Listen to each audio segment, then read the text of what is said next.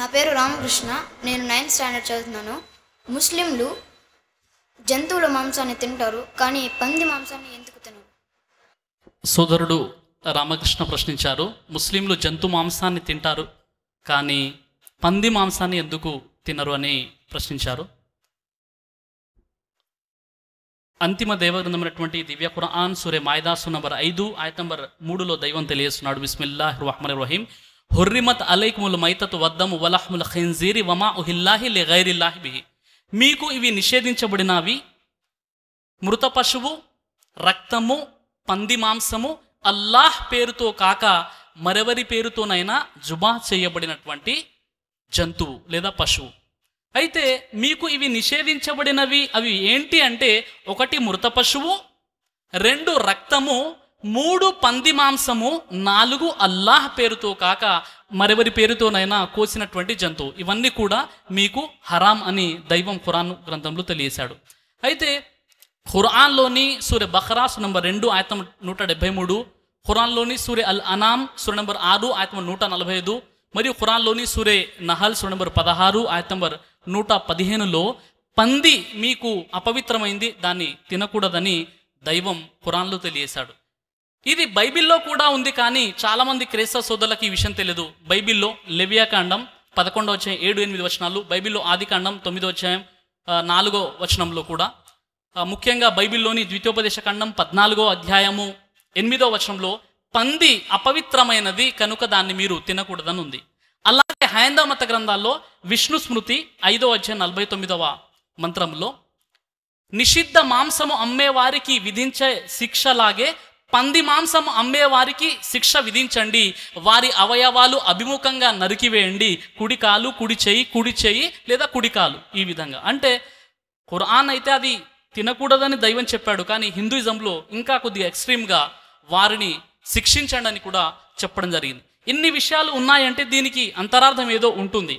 కాబట్టి మరి సైన్స్ ప్రకారంగా, మెడికల్ సైన్స్ ప్రకారంగా ఎవరైతే పందిని తింటారో వారికి 70 రకాల రోగాలు వచ్చే అవకాశాలు ఉన్నాయి.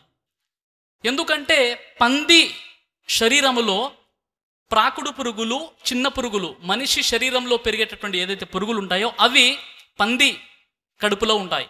ఎవరైతే వాటిని తింటారో, ఆ మాంసాన్ని పందిని తింటారో, అవి శరీరంలోకి వెళ్ళిపోయి గుడ్లు పెడతాయి. ఆ గుడ్లు రక్త నాళాల ద్వారా మెదడుకి వెళ్తే మెదడు పాడైపోతుంది, గుండెలోకి వెళ్తే గుండె పాడైపోతుంది, కిడ్నీ, లివర్ ఏ భాగంలోకి వెళ్తే ఆ భాగం పాడవుతుంది. అలాగే పందిలో క్రొవ్వు అధికంగా ఉంటుంది.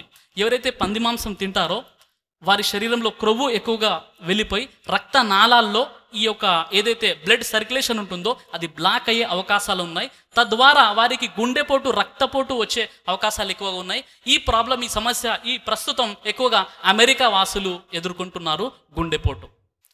అలాగే పంది ఒక విచిత్రమైనటువంటి జంతువు ఈ సృష్టిలో. ఎందుకంటే అది అస్తమానము మలాన్ని తింటుంది, ఏ మలం దొరకకపోతే దాని మలమే అది తింటుంది. అది ఒక అపవిత్రమైనటువంటి జంతువు. ఇంకా పందిలో ఉన్నటువంటి ఒక విచిత్రమైనటువంటి గుణం ఏంటంటే అది జతకట్టిన పందిపై మరొక పందిని పురికొల్పుతుంది. ఈ యొక్క గుణము మరి ఏ జంతువులో కూడా కనపడదు, కానీ అమెరికా వాసుల్లో మనకు కనబడుతుంది. పార్టీల్లో డ్యాన్సులు చేయడం, ఒకరి భార్య ఒకరికి నచ్చినట్టు తీసుకెళ్ళిపోవచ్చు, వారితో రమించవచ్చు. అలాగే ఈ యొక్క భార్య యొక్క భర్త వేరే భార్యతో వెళ్ళిపోవచ్చు. ఈ సంస్కృతి మనకు అక్కడ ఎందుకు కనబడుతుందంటే బహుశా పంది మాంసం తినడం వల్లనే ఇలా జరిగిందేమో. కాబట్టి దైవము ఖురాన్లో పందిని హరాం చేశాడంటే ఈరోజు సైన్స్ పరిశోధన చేసి అందులో ఉన్న నష్టాలు తెలియజేస్తుంది. నేటికి 1400 సంవత్సరాల క్రితమే దైవం పంది తినకూడదని చెప్పాడు.